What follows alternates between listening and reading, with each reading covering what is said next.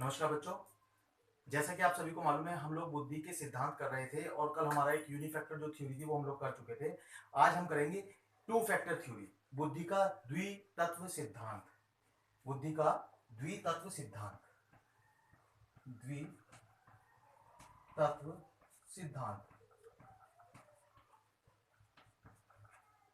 आज हम लोग करेंगे। ठीक है जी।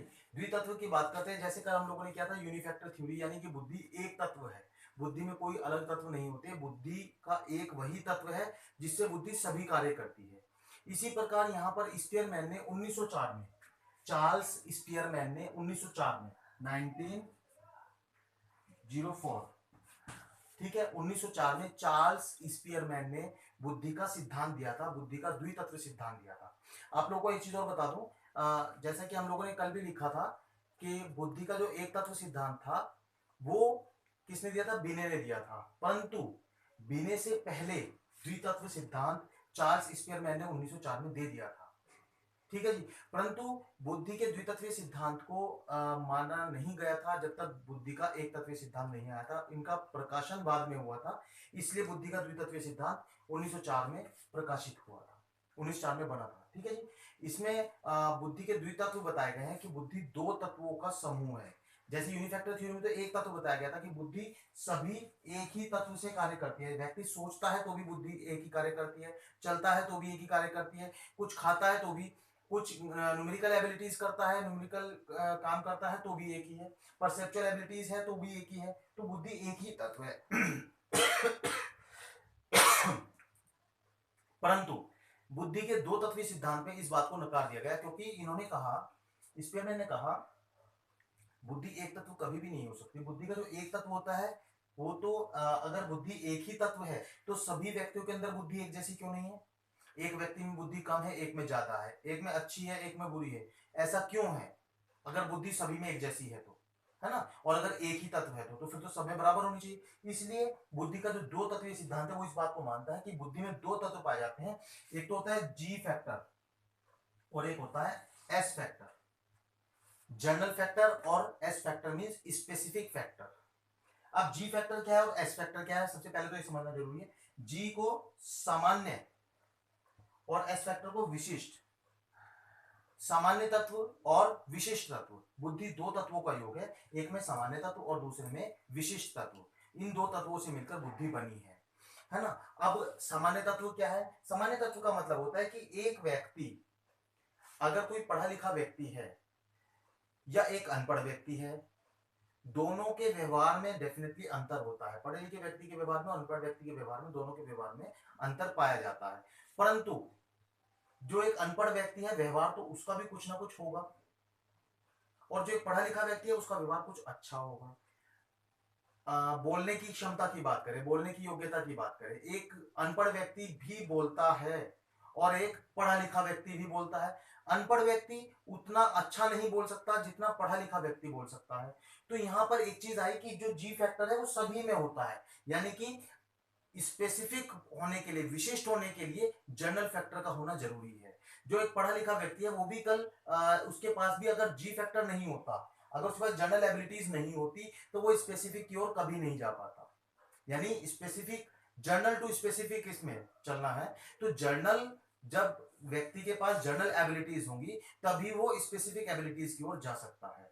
यानी कि जो अनपढ़ व्यक्ति है वो भी बोल सकता है, लेकिन, या गाने की बात करें, एक जो स्पेशलिस्ट है, जो गाने गायक हैं, जो लोग है ना, सिंगर हैं, वो लोग गाना बहुत अच्छे ढंग से गाते हैं। लेकिन अगर हम लोगों को, आप लोगों को कहा जाए, हम लोग स्पेशलिस्ट नहीं है, हम लोग सिंगर नहीं है, लेकिन अगर हम लोगों को भी कहा जाए कि ऐसा नहीं है कि हम लोग नहीं गा सकते, उतना अच्छा नहीं गा सकते, लेकिन गा तो हम लोग भी सकते हैं।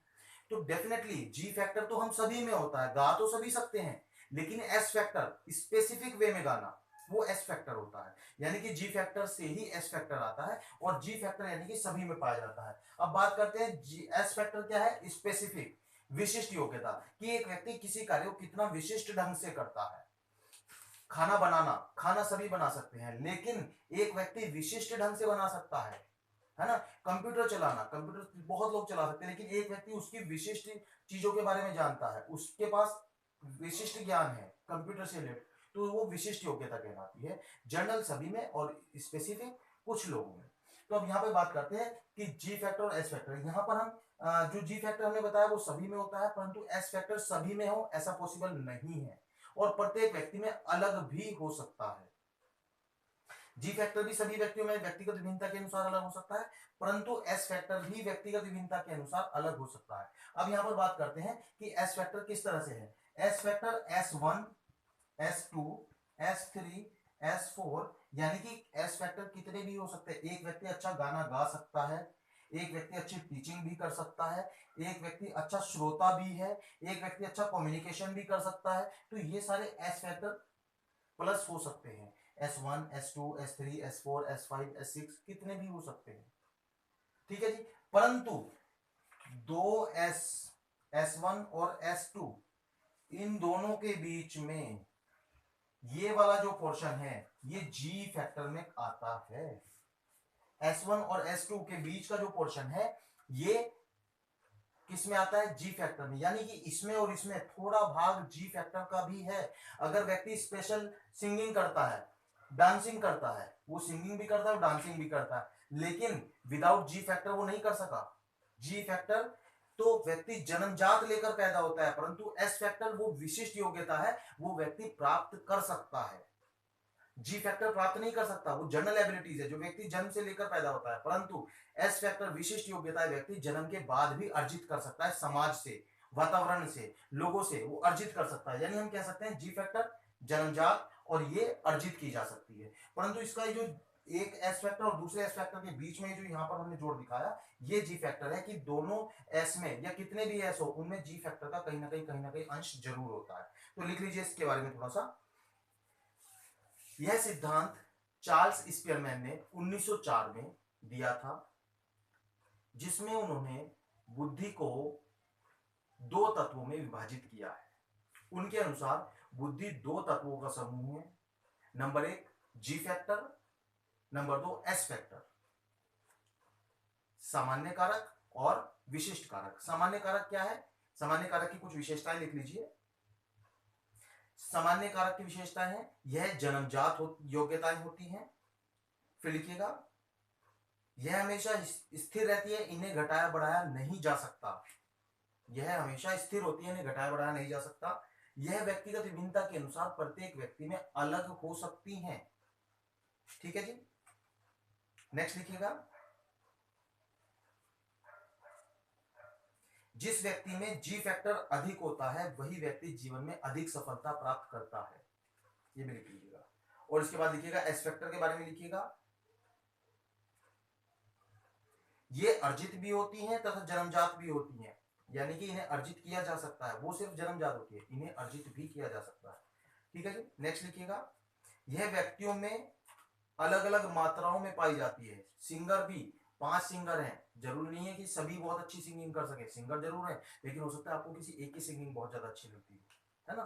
तो सभी व्यक्तियों में मात्रा इसकी अलग अलग हो सकती है, कम भी और ज्यादा भी। नेक्स्ट लिखिएगा व्यक्तिगत विभिन्नताओं के अनुसार विभिन्न प्रकार की विशिष्ट योग्यताएं होती हैं।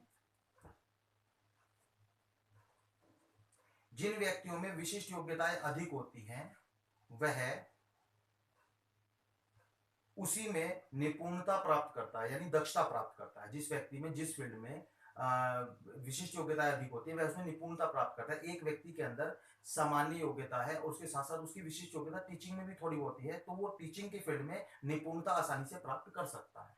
तो ये जी फैक्टर और एस फैक्टर की विशेषताएं थी। अब हम इसके बारे में मैंने आपको बताया कि जी फैक्टर कौन सा होता है, एस फैक्टर कौन सा होता है।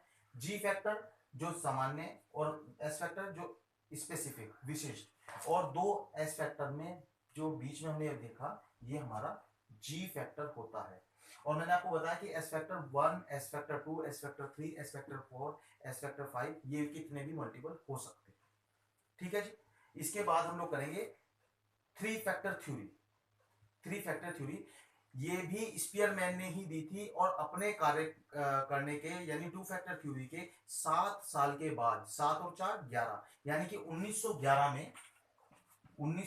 में स्पीयरमैन ने 3 फैक्टर थ्योरी दी थी, जिसमें उसने पहला फैक्टर जी फैक्टर, ये आप लोगों को मालूम है एस फैक्टर ये भी आप लोगों को मालूम है। इसके साथ उन्होंने एक फैक्टर और जोड़ दिया था जिसमें उन्होंने कहा समूह कारक, जिसे उन्होंने एक अलग से एक फैक्टर जोड़ दिया जिसे उन्होंने समूह कारक कहा है, और उसे भी उन्होंने इसमें मर्ज कर दिया था। और समूह कारक में कौन कौन से योग्यताओं का समूह है वो लिख लीजिएगा।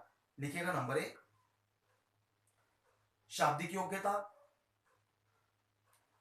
अंकिक योग्यता, अंकिक का मतलब गणितीय योग्यता कह सकते हैं आप, यांत्रिक योग्यता, संगीत योग्यता, तार्किक योग्यता, बौद्धिक योग्यता, स्मृति योग्यता तथा मानसिक योग्यता आदि।